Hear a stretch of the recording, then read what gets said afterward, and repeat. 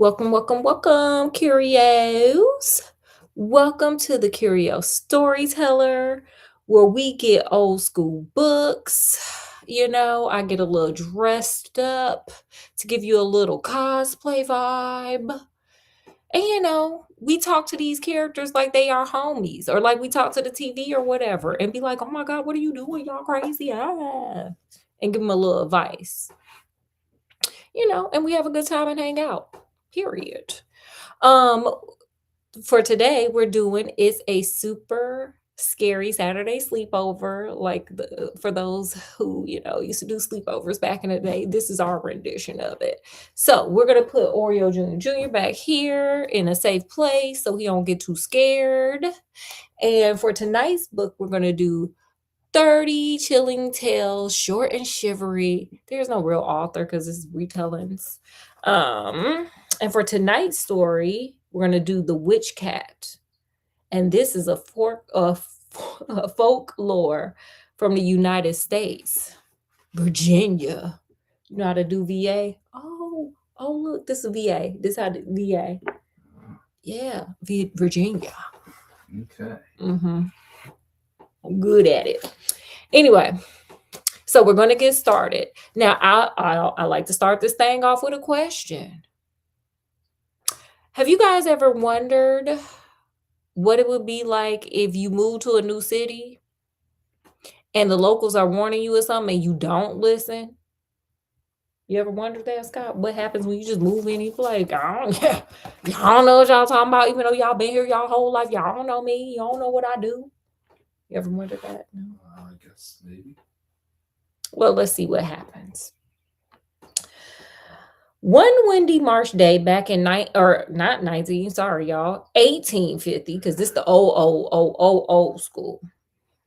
A handsome young man whose wife had unalived the year before arrived in a small Virginia town.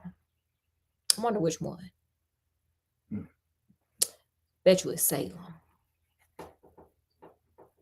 He brought with him his young daughter, a wagon full of household goods and tools, and enough money to buy a small plot of land. He balling. The town folks were kind and showed him several pieces of land that were for sale. Before he decided, he went walking through the back country and found a nice piece of land beside a wide still pond. Okay, things are going good. He ain't got no, apartment.com or nothing. He got to go walk and figure this thing out. So the homie doing real good. When he asked about it, people said it wasn't owned by anybody. It had belonged to a family that had left those parts after a string of misfortunes. Mhm. No one said much, though they tried their best to get him to change his mind. But nothing would do except for this farm, for this land for his farm. Now I'm gonna just pose a question real quick. Would y'all listen to the townspeople, even though they being vague, even though they like, I wouldn't do that, sir? Would you be like, let me ignore these people, or what? What would you do, Scott? What would y'all do? Put it in the comment section. What would you do? Have to take it into consideration at least. What's the place he liked though? He liked that pond. It's a nice pond. Yeah. He worked hard clearing the land and getting the fields ready for planting. His daughter milked the cow. I wonder how old she was, and fed the chickens. They seemed happy enough, though town folks told one another that such a fine man, hey, should get married pretty quick to give himself a sort of companionship and give his little daughter a mother. Sometime when his day's work was done, the farmer would fish for a while on the banks of the pond, staring dreamily across the waters that turned gold, then red, then purple as the sun set. Oh, this sounds like paradise. Maybe he made a good decision. One evening at twilight, he saw a small skiff coming across the water, pulled by a tall, slender figure. The glare of the fading sun made it impossible for him to see whether it was a man or woman on the water. But when the boat was near shore, he saw the stranger was wearing a bonnet. A moment later, as the skiff landed smoothly, a young woman's voice called out, "Hello! Help me up, will you?" Mhm. She extended a delicate hand. Don't take my ET fingers are delicate. I put lotion on them, so they delicate. Scott. Pale and fine as bone china to him. Like a man in a dream, the farmer reached out and took it. Okay, girl, this is going good. Helping her out the boat and into the shore. The woman pulled off her bonnet and shook her curly black hair free. "This feels more to my liking," she said. "All that rowing can really wear a body out." It sounds like a porn. Yeah. Rubber down. Yeah, it sounds like 1970s porn, like bow chicka bow wow. For a moment, he didn't answer her. He was fascinated by her wide green eyes, pale skin, and lips as dainty and red as a rosebud. At last, he remembered his manners, removing his hat and saying, "Tom Morgan at your service, ma'am. Are you lost?" "Not a bit," she said with a laugh. "My name is Eleanor Fay. I live over across the pond." She gestured towards the far side where willows and cypresses were tangled together. "I figured it was time I called on my new neighbors." Still in a daze, Tom invited her up to see his cabin and barn and meet his daughter Effie. Eleanor oohed and ahhed as he pointed out the new house and barn and the chicken coop with its fresh coat of paint. But when she reached out a hand to stroke Effie's hair, the child, clinging to her father's trouser leg, began to cry and wouldn't let the woman touch her. "Shy little thing, isn't she?" said Eleanor with a polite laugh that showed her white teeth. Tom, feeling badly, tried to get his daughter to apologize, but she ran away suddenly. Y'all want to know the most honest people on the planet? Y'all want to know who they are? Who's that? Children, okay? Like children, if you ask them, "Oh, does my dress look cute?" If you look fat at it, they're going to tell you, okay? Like kids are honest. So you know, what do you think made that little girl run from that woman? That she does not know. She don't know this woman. Why do you think she ran away? Keep it to yourself. Just hold tight. Or if you want, put it in the comment section. Scott, did you care to share or you just want me to keep going? Keep going. Okay. Y'all put it in the comment section if y'all want. But the most honest people on the planet are children. I'm sure y'all can think about that when you from when y'all were a kid, or if y'all have children, or if y'all been around kids. They are pretty honest. "I'm sorry about that," said Tom. "She's usually not shy with strangers." "No manner," said Eleanor easily. "We'll become good friends before long." It was now nearly dark. "I have to go," the woman said. "Next time I won't come by so late." Okay, she want to keep on coming by. Tom walked her down to the shore. He offered to row her back across the pond, but she said, "No, I've been a widow for 5 years and doing it myself. I'll manage fine." It seemed that her pole barely touched the water before the skiff slid quickly and silently towards the shadowed far shore. Tom stood staring for a long time until he could no longer see Eleanor or her boat in the gathering dark. After that, Eleanor came almost every day to visit. Once she brought a jar of homemade preserves. Another time, it was a lace tablecloth. Okay, she bringing, housewarming gifts. I like that. Tom was enchanted. But Effie hid if she could get away. If her father forced her to stay inside when Eleanor visited, She sulked in a corner, staying as far away from the smiling woman as possible. Hmm. Eleanor would blink her green eyes, which seemed flecked with gold, as if she was holding back tears. Oh, she like, oh, why that girl don't want to come near me? Oh, Oh, oh, it's terrible. it's hard. But she always made a show of excusing the child's actions. When Effie's father asked her why she acted the way she did, Effie said, I don't know. I just don't like her, Papa. This bothered Tom a great deal because he had fallen under the spell of the young woman and was trying to work up the nerve enough to ask her to marry him. Okay. I kind of think I don't know because the daughter don't like her. So I don't know. Okay, I guess. He never went across the pond to her farm. She said she preferred to visit him and get away from her chores. And anything she said made sense to him because he liked her. Because he liked her and he wanted her. In addition to Effie being difficult, Tom was troubled by something getting to his chickens. Night after night, he would be aroused by a blood-curdling cat scream, followed by a fluttering and squawking from the chicken coop. Each time he ran out to see what the matter was, he'd find one or two of his chickens missing and feathers scattered all around. Wonder what's going on with them chickens.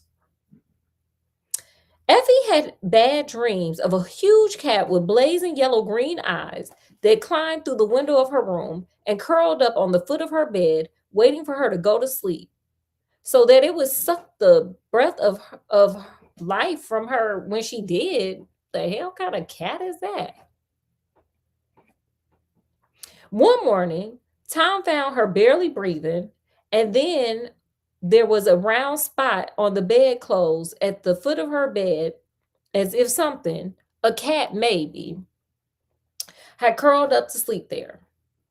When Tom went into town to pick up supplies, the town folks took him aside and whispered to him that Eleanor was a witch who lived beside the pond because it was enchanted, having been scared to having been sacred to the Native Americans who had lived there before the white man had arrived. Mhm. They also said she had done away with her husband by black magic. Mm. Mhm. Though no one was clear how this had been accomplished. The young farmer refused to believe them. You're just jealous of my good fortune, he said. Mm-hmm. Okay, sir. Here we go. Folks in town shrugged, which is what I would have did, and went their own way. They knew what they knew. And honey, he gonna find out what he gonna find out. Okay, he gonna fat for baby. Let's go. His daughter got more sickly. Tom began to fear for her life. Desperate, he went to the neighborhood conjure man named Zeke Franklin. Okay, hey, Zeke. The old man was a white witch who helped people, especially those troubled by black magic. I can't say for sure who's witching you, said Zeke, but I'll give you something to help. He got a little bottle and into it put a dry snail. Okay, he really is a hoodoo. He a hoodoo voodoo man. Put a dry snail, a mummified spider. How the hell do you mummify a spider, child? How you put the wrap around the little thin legs? Like, how are we mummifying spiders, sir? What does that mean? Has anybody else seen a mummified spider? I've never heard of this. But never mind. This is a hoodoo man. And the toes from the left foot of a tree toad. Okay, girl, what? Where do you find these things? Can you get this on Amazon, sir? Does Jeff Bezos sell this? Um, he added a bit of bat wings, then corked it and tied a string around the neck of the bottle. That'll do you, I reckon, says Zeke. Next, you take your hunting knife, wet it as sharp as a briar, and keep it under your pillar. It really does say that. It's here. Let me see, where is it? Keep it under your pillar. Yes, baby. Tom hung the bottle over Effie's bed that night, and from that moment on, she had no more nightmares. But he kept his hunting knife honed to a razor's edge under his pillow, period. Period. Okay?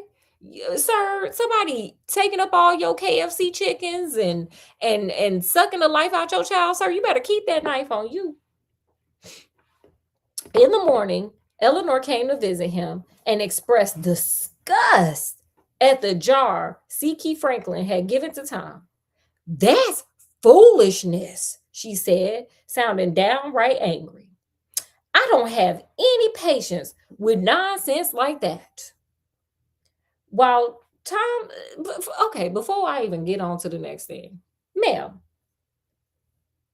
or let me just ask y'all, is anybody else out there wondering, like, ma'am, are you paying the bills in this house? Who the hell are you to tell somebody what you like and what you don't? Ma'am, swim back across that pond. Go back, get on in the boat and get on across the pond, ma'am. Because ain't nobody asked you. Because you don't pay bills here. Anybody else thinking that? You thinking that's God? Junior, y'all out there? Because, girl, ma'am, don't do that. You don't pay no bills here. While Tom tried to explain, I don't know why, that the conjure man's jar had kept Effie from nightmares, Eleanor ran back to her skiff and poled across the pond, which, yeah, kick rocks, ma'am. Beat feet back across the pond, ma'am. Without ever once looking back at him. Sir, you dodged a bullet, sir.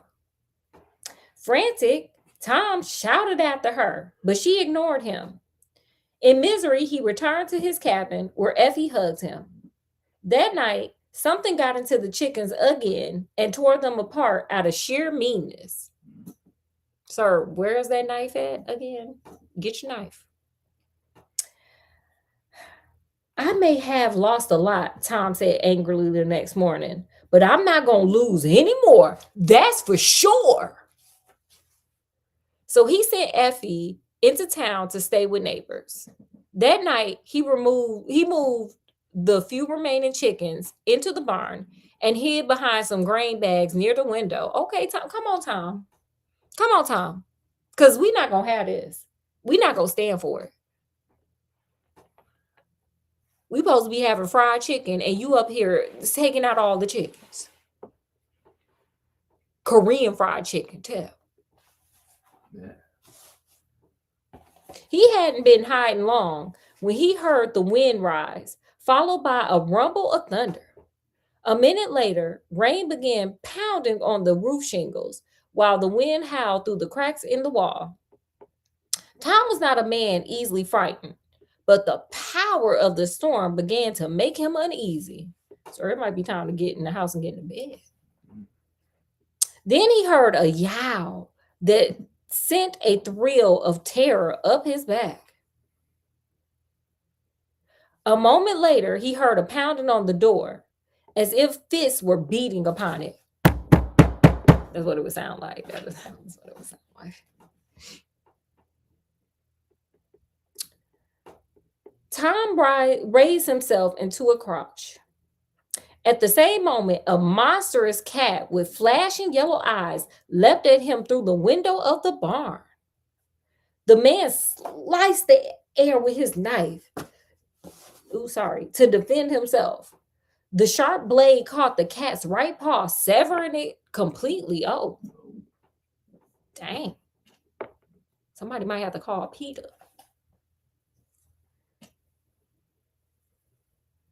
The cat gave a shriek of pain. Yellow eyes blazing, it fled out through the window. Tom stumbled out of the barn like a man in a nightmare. You kind of are, sir. Is Heath in there too? Is Heath there? A line of red drops led towards the shore. Through the rain, though the rain was washing the trail away, he was able to follow it easily enough. At the water's edge, he saw the marks of a boat's prow in the mud. Far out, where the rain pocketed lake was lit by flashes of lightning, Tom saw a skiff skimming the black water towards the opposite shore. Suspicious. He shouted after it, but the wind and thunder drowned out his cries. In a moment, he had launched his own boat. Why? Why, sir, it is stormy. Go to bed. You got the cat paw. Go to bed. It ain't doing nothing to the chickens. Why are you chasing it? It was rowing across the storm-lashed pond. The storm ended shortly before dawn. The neighbors who had cared for Effie came to the farm later when they had begun to wonder why Tom hadn't come to claim his daughter. Silence laid over the farm. The tracks of a man's boots led down to the shore of the pond, now silver in the late morning sunlight. Some brave villagers rowed across the lake at noon. On the far side, they found Tom sprawled lifeless on the muddy shore. R.I.P. Tom. Clenched in his fist was a severed paw of a cat. In the rude cabin further up the shore, they found Eleanor Fay collapsed face down on the floor. When they turned her over, they found that she was unalive, and her right hand was gone. Wow. I'm scared. Scott, turn on the light. I'm scared. Okay. Clap on. Anyway, the end. Okay, guys. Well, y'all know how we end these things, honey. Well, we're going to switch it up a little bit. So, because we like to talk to the characters now like they're our besties, what would you, if you, any character in this book, Eleanor or the Effie or I forget what the name of the little voodoo man was, or Tom or whoever, what would you tell the characters in this book? Any character, if you could. You guys put it in the comment section. Scott, what would you tell any character in this book if you could just talk to them? I guess I would have to go with what we started with in the beginning and tell Tom, listen to the locals. Listen to them locals, baby. They know what's going on. They ain't been sitting there. They ain't survived being in a place by not knowing stuff. So, period.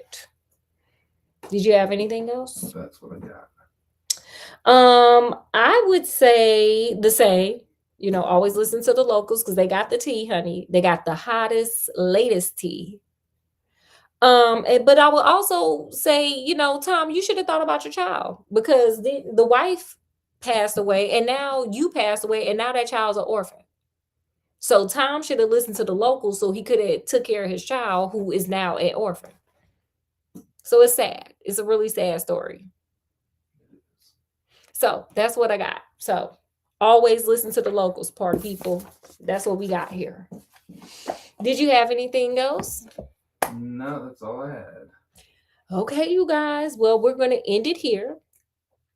As you guys know, we're going to come back. I'm going to change out and then we'll come back and we're going to, of course, keep going with Sinclair Smith's Dream Date. But in the meantime, in between time, let me grab Oreo Jr.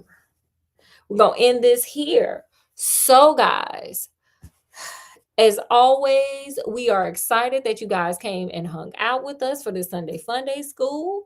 And hopefully you had a good time and enjoyed hanging out with us.